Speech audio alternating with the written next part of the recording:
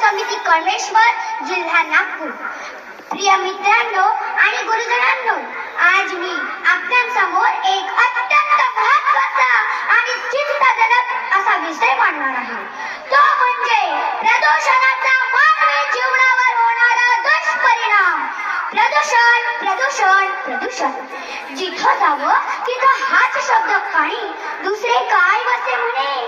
प्रदूषण हा एक असा विषय आहे जो आपल्या सर्वांना प्रत्यक्षपणे प्रभावित करतो. प्रदूषण आपल्या हवेची, पाण्याची आणि जमिनीची गुणवत्ता यांवर परिणाम करते. आज आपण प्रदूषणाच्या विविध प्रकारांचा सामना करत आहोत.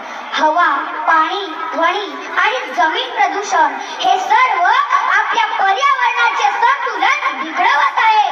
हवा प्रदूषणामुळे श्वसनासंबंधित आजारांचा, ध्वनी प्रदूषणामुळे कर्णभेद आणि मानसिक ताणाचा सामना करावा लागतो. जमिनीच्या प्रदूषणामुळे शेतीमध्ये चांगले पीक येत नाही. प्रदूषणाचे परिणाम केवळ मानवी आरोग्यावरच नाही तर ते पर्यावरणावरही पडतात. वातावरणात वाढते प्रदूषण, पाणी, जमीन, हवामान बदल, मानवी जीवन संकटात ढकल. मानव आपल्या गरजा भागविण्यासाठी विज्ञान तंत्रज्ञानाच्या सहाय्याने झपाट्याने औद्योगिकीकरण करत आहे. जास्तीत जास्त उत्पादन निर्मिण्याच्या हव्यासाने माणूस स्वतः पर्यावरणाचा नाश आणि सृष्टीच्या अस्तित्वाला धोका निर्माण करत आहे.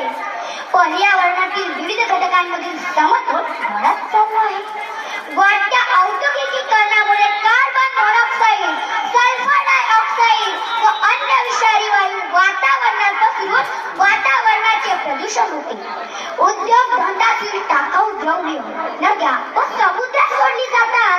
त्यामुळे जलाशयांचे पाणी दूषित होते आणि जलचरांचे जीवन धोक्यात येते. आज पवित्र गंगा मैली झाली आहे. तिच्या शुद्धीकरणासाठी विचार करावा लागत आहे. शहरे ही जल प्रदूषणाची माहेरघरच आहे. तेथे दाटी वाटीने राहणाऱ्या लोकांच्या श्वासोच्छवासातून, लोकांच्या मलमूत्र विसर्जनातून, उद्योग धंदे, वाहने यांनी सोडलेल्या वायूमुळे हवेचे प्रदूषण होते. इंधन जंगलातून तयार होणारे वायू, कारखान्यातील विषारी वायू तसेच अणुऊर्जा तयार करण्यासाठी तयार केलेले अणुस्फोट आणि त्यामुळे निर्माण होणारे किरणोत्सारी कण हे सर्व हवेत मिसळून हवेचे मोठ्या प्रमाणावर प्रदूषण होते. मग आपण प्रदूषणाच्या समस्येवर कसे नियंत्रण मिळवू शकतो यासाठी आपल्याला अनेक पावले उचलावी लागतात.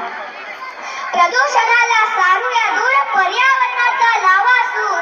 स्वतःपासून सुरुवात करूया, पर्यावरण रक्षण करूया. स्वतःपासून सुरुवात करूया, पर्यावरण रक्षण करूया. पहिले आपल्याला अक्षय ऊर्जेचा कार्यक्षम वापर करावा लागेल, जसे सौर ऊर्जा, पवन ऊर्जा आणि जलविद्युत ऊर्जा. दुसरे, आपल्याला वाहनांचा वापर कमी करून सार्वजनिक वाहतूक व्यवस्थेचा वापर करावा लागेल, जसे बस आणि रेल्वे. तिसरे, आपल्याला कचरा व्यवस्थापनाची योग्य पद्धत वापरावी लागेल. कचरा पुनर्चक्रित करावा लागेल जेणेकरून कचऱ्याचे योग्य व्यवस्थापन होईल. चौथे, पाण्याचे योग्य व्यवस्थापन करावे लागेल, जसे की सांडपाण्याचा निचरा परसबागेत करणे व वॉटर हार्वेस्टिंग करणे. पाचवे, गाड्यांचे कर्कश आवाज बंद करून कमी आवाजाचे हॉर्न लावणे. असे उपाय आपण करायलाच हवे, कारण प्रदूषण हे एक अशी गंभीर समस्या आहे जी मानवी जीवनावर व पर्यावरणावर विपरीत परिणाम करते. प्रदूषणाचे निवारण करण्यासाठी आपण सर्वांनी एकत्र यावे. एक स्वच्छ व आरोग्यदायी वातावरण निर्माण करावे. श्वास घेतोय तोवर जगून घ्यावं छान. श्वास घेतोय तोवर जगून घ्यावं छान. झाडालाही कळत नाही कोणतं गळेल पान. झाडालाही कळत नाही कोणतं गळेल पान. पर्यावरणाची धारा विकास होईल मानवाचा विकास. पर्यावरणाची धारा विकास होईल मानवाचा विकास. जाता जाता एवढेच म्हणावेसे वाटते, माणसा आता तरी जागा होशील का? एक तरी झाड लावशील का? माणसा आता तरी जागा होशील का? प्रदूषणाच्या विळख्याने बिघडत चालले आरोग्य पर्यावरणाचे रक्षण करणे हाच उपाय ठरेल योग्य. धन्यवाद.